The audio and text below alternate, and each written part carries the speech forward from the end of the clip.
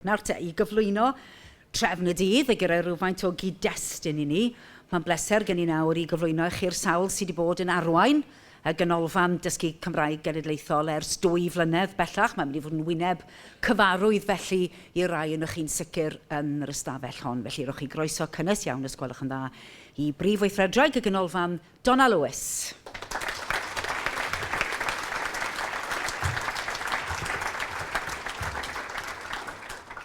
Bore da pawb, mae'n fraint cael cyfle i'ch cyfarchu ar ddechrau'r Genhadledd bwysig hon am y Gymraeg a'r datblygiadau cyffrous sydd ar droed. Diolch yn fawr iawn i ysgrifennydd y Cabinet dros Cellyd a'r Gymraeg am ei sgwrs agoriadol ac am osod ei weledigaeth yn glir ar gyfer y dyfodol. Mae'n wych cael ystafell orlawn yma heddiw a dwi'n gobeithio'n fawr y byddwch chi'n mwynhau'r rhaglen y dydd. Fel soniodd Bethan, Dona ydw i, Prif Weithredwr y Ganolfan Dysgu Cymraeg Genedlaethol, sydd wedi colli llais heddiw, felly mae ddiolch i fi am hynny. Dyn ni'n cynnal y Genhadledd hon heddiw ar y cyd â Llywodraeth Cymru, gyda'r nod o osod sail gwybodaeth pwysig i chi am ddysgu a chaffael iaith. Mae'r Ganolfan, ers ei bodolaeth yn 2016, wedi seilio ei weithgaredd ar fframwaith dysgu iaith, sy'n gosod un llwybr dysgu clir ar gyfer oedolion. Mae'r fethodoleg yma wedi bod yn llwyddiannus ac ar hyd y blynyddoedd ni wedi gweld twf aruthrol yn y niferoedd sy'n dysgu Cymraeg. Yn 2023-24 cafwyd y nifer uchaf erioed yn cwblhau ein cyrsiau dros 18,000 o bobl. Gan gynnwys pobl ifanc 16 i 18 oed, teuluoedd a gofalwyr, gweithlioedd a gweithgaredd yn y gymuned ac ar-lein.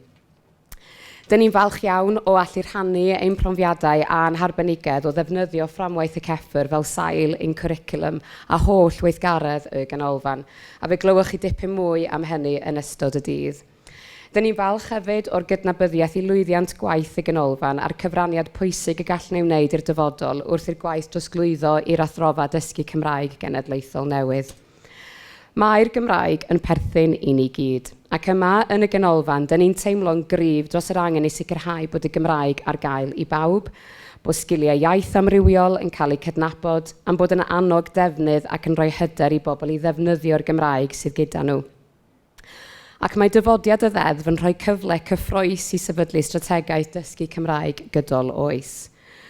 Wrth drefnu'r Genhadledd heddiw, roedd yn bwysig i ni edrych y tu hwnt i Gymru, at wledydd sy'n dathlu dwyieithrwydd ac yn gweithio ar sail un fframwaith cyffredin sef y CEFR. A byddwn ni'n clywed gan gyfranwyr o wledydd amrywiol yn ystod y dydd am eu gwaith nhw yn datblygu strategaethau dysgu iaith a sut mae'r fframwaith cyffredin wedi bod yn sail i hynny, fel y mae wedi bod yn sail yma i'r gwaith dysgu Cymraeg i oedolion yng Nghymru.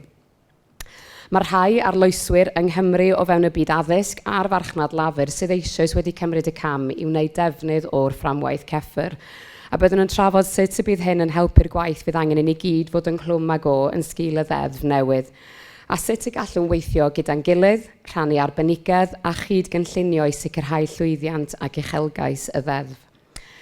Un o'r arweinir rhyngwladol yn y maes hwn yw ein siaradwr gwadd cyntaf, sef Voldemar Martiniuk.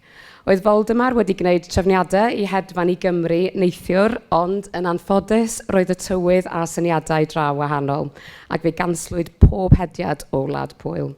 Hynny, gyda gwirthiau technoleg a staff gwych y Ganolfan wedi dod at ei gilydd i wneud trefniadau amgen, dyn ni'n parhau i allu croesawu Voldemar atyn ni yma heddiw. Dyn ni'n ddiolchgar am ei ymdrech i geisio dod atyn ni yng nghanol amserlen miwn sy'n hynod o brysur, ond hefyd i fod ddigon hyblyg i fod yma gyda ni yn rhithiol yr holl heriau a godwyd ddoe. Mae Voldemar yn arbenigo mewn ieithyddiaeth gymhwysol. Mae'n awdur, yn hyfforddwr ac yn cyfrannu'n rhyngwladol yn y maes hwn. Bydd Voldemar yn gosod sylfaen i drafodaethau'r dydd, gan esbonio beth yw tarddiad, diben, swyddogaeth, statws, dull, cynnwys a defnydd y CEFR, fframwaith cyfeirio cyffredin Ewrop ar gyfer ieithoedd. Dwi'n gobeithio y bydd y cychwyn hwn i'r dydd yn gosod sylfaen o ddealltwriaeth o beth yn union yw'r CEFR, a fel y dywedodd yr ysgrifennydd Cabinet, y llunyn arian sy'n rhedeg trwy'r ddeddf.